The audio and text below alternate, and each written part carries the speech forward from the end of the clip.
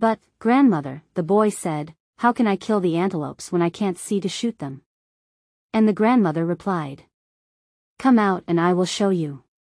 And she shoved him out of the house.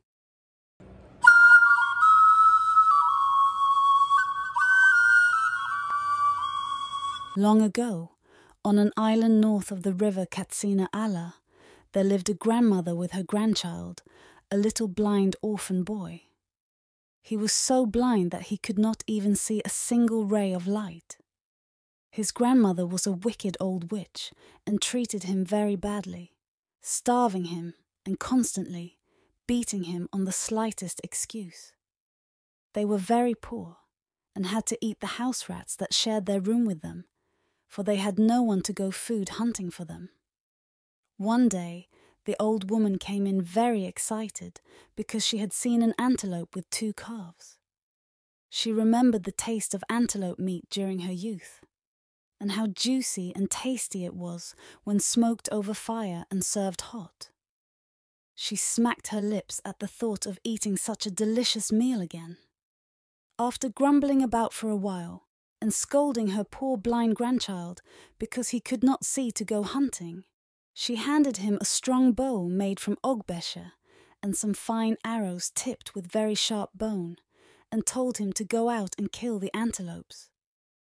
"But grandmother," the boy said, "how can I kill the antelopes when I can't see to shoot them?" "Come out and I will show you." And she shoved him out of the house. They sat down outside and waited for Mother Antelope to come by with her babies. The grandmother told the boy to hold the arrow pointed straight in front of him, and that she would tell him when to let it fly. They waited a long time for the antelopes to come, and just as the boy was getting tired and feared he would drop the heavy bough, the mother antelope and her 2 tasty-looking babies came into view, just as they passed the very spot at which the blind boy was aiming. His grandmother whispered, "Shoot!" and he let fly the arrow. One by one, he killed the 3 antelopes in this way. Of course, the poor little boy could not see the antelopes at all, and was not sure that he had killed them. And when he asked his grandmother, the old witch told him nothing. She only scolded him and shoved him into the house. Saying that she was going to gather sticks for the fire, she took her big knife, with a green jade blade and elephant tusks handle, and went out to skin the antelopes. Having carefully removed the skins, she hung the meat to dry on the daye, a sort of high drying frame where no wild animal could get at it. When dinner time came, the old wicked grandmother feasted greedily on antelope steak, but she gave only lean house rats to the hungry little blind boy. In the morning, the little boy crawled out on his hands and knees to search for dogonyaro, which the mumuye like to make tea from. They chew it too sometimes. He had to feel his way very carefully so as not to hurt himself, for of course he could see nothing. While he was crawling along, reaching out with his hands for the plant, he heard something hopping lightly before him. A little twittering voice said, "Good morning, boy." "Who are you?" said the boy, and he stopped to listen. "I am a swallow, and I can make your eyes see if you will let me."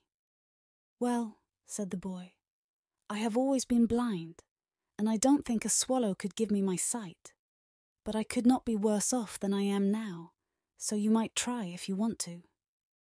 No sooner had he said this than the swallow hopped on his shoulder and began brushing his eyes very lightly with the tip of her pretty spotted wing. This she did gently back and forth many times, until at last he shouted gladly that he could see. The little swallow did not let him go just then, but made him keep very quiet until she had polished his eyes so bright that he could see the tiniest speck of sand in the bottom of the ocean. Then she sent him home. Thanking his little newfound friend, the boy ran back as fast as his feet could carry him. When he got near the house, he dropped down on his hands and knees again, and closing his eyes, came crawling in. As he entered, he detected the aroma of antelope meat. "Grandmother, what is that good smell that makes me so hungry?" he asked. But the old woman spoke harshly and scolded him for not bringing back any dogon yarrow leaves. He still kept asking for food, hoping she would give him some of the antelope meat. But instead, she placed the house rats before him again, while she alone ate the antelope steaks. When she was too busy eating to notice him, he peeped at her with one eye and saw her devouring the meat greedily. When she was too well filled to eat any more, she went down to the sea to wash the antelope fat off her hands and face. But she was so heavy with food that when she leaned over, she fell into the water head first. The boy heard a shriek and ran to the shore just in time to see her rise to the surface, full and heavy. Jumping into the water, the boy swarmed to her and dragged her to the shore, saving her life. Because of the water she ingested as a result of the accident, she threw up. And each time she threw up, she lost a tooth as the antelope meat splastered on the sands of the shore. Embarrassed and ashamed of herself, she hung her gaze down, knowing that her game was up. Though the poor boy forgave her, the loss of her teeth and hunching of her shoulders were permanent. Till date, the Mumui people believe that the wicked old witch remains the reason why old people lost their teeth in old age and can no longer eat meat and hunch at the shoulder, almost at the same time.